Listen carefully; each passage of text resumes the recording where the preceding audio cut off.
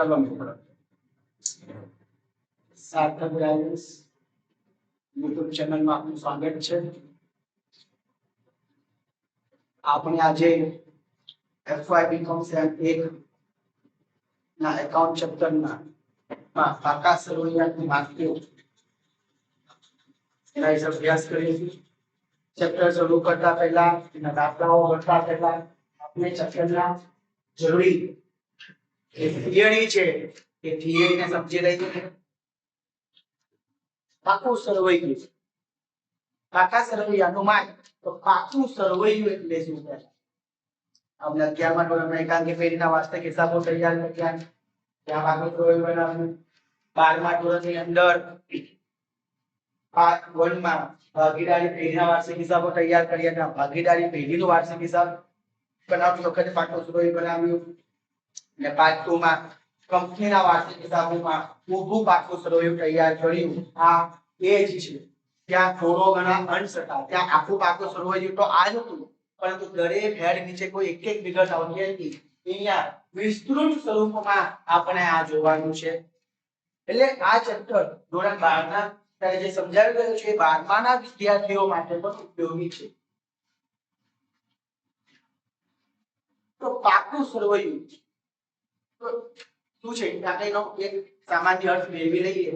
તો સામાન્ય રીતે દરેક ધંધાકીય એકમ વર્ષના અંતે ધંધાનું પરિણામ અને ધંધાની આર્થિક સ્થિતિ જાણવા માટે વાર્ષિક હિસાબો તૈયાર કરે, અને આ વાર્ષિક હિસાબોમાં વેપાર ખાતું, નફા નુકસાન ખાતું અને પાકું સરવૈયું બનાવે. આપણે ખ્યાલ જ છે આ બાબત.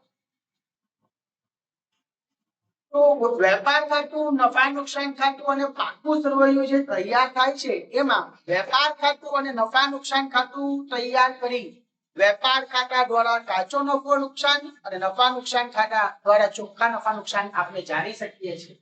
પરંતુ આ વેપાર ખાતું અને નફા નુકસાન ખાતું કયા ખાતા પરથી તૈયાર થાય? તો માલના ખાતા, ખર્ચના ખાતા અને આવકના ખાતા. માલના ખાતામાં શું આવે, ખર્ચના ખાતામાં શું આવે, આવક કોને કહેવાય, કે બધું આપણે 11-12 અંદર શીખી ચૂકેલા છે.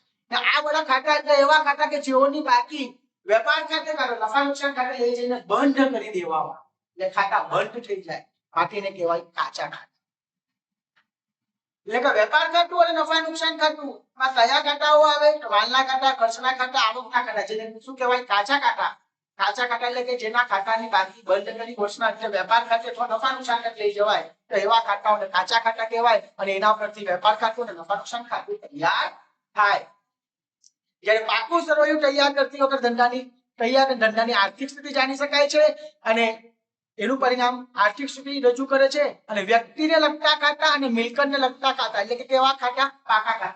આપણે પાકા સરવૈયાની અંદર જે ખાતાની બાકી બંધ નથી કરતી, પરંતુ જેની બાકી બીજા વર્ષે આગળ લઈ જવામાં આવે, બાકી આગળ લઈ ગયા, બાકી આગળ લાવ્યા, જે ખાતાઓની બાકીમાં લખાતા હોય એવા ખાતા, કે જે એવા વ્યક્તિ ખાતા કે મિલકતના ખાતા, જેને પાકા ખાતા કહેવાય. અને એવા પાકા ખાતાઓ પાકા સરવૈયામાં દર્શાવાય, એટલે પાકા ખાતામાંથી પાકું સરવૈયું તૈયાર થાય.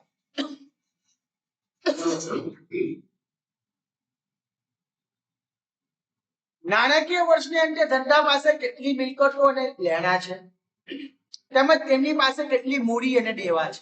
પાકા સરવૈયામાં જવાબદારી અને ઇક્વિટી અને જવાબદારી એટલે કે મૂડી અને દેવા, અને મિલકતો અને લેણા. એટલે કે નાણાકીય વર્ષના અંતે ધંધા પાસે કેટલી મૂડી અને કેટલા દેવા, કેટલી મિલકત અને કેટલા લેણા છે, તે પાકા સરવૈયા દ્વારા જાણી શકાય છે.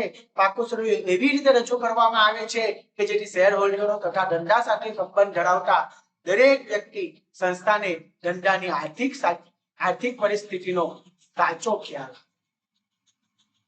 આર્થિક પરિસ્થિતિનો સાચો ખ્યાલ, કારણ કે આ બધાને ધંધા સાથે સંબંધ છે.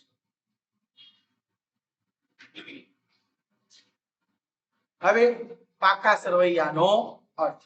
તો સામાન્ય અર્થમાં પાકું સરવૈયું એ ધંધાની આર્થિક સ્થિતિ દર્શાવતું પત્રક છે. કાચું સરવૈયું, પાકું સરવૈયું એ ખાતું નથી, પત્રક છે.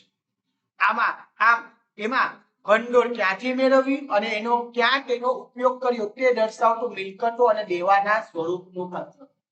સીધી અને સરળ ભાષામાં કે પાકું સરવૈયું ધંધાની આર્થિક સ્થિતિ દર્શાવતું પત્રક છે, જેમાં ભંડોળ ક્યાંથી મેળવ્યું અને એ ભંડોળનો ક્યાં અને તે ક્યાં તે ભંડોળનો આપણે ઉપયોગ કર્યો એ દર્શાવતું મિલકત અને દેવાનું પત્રકનું સ્વરૂપ.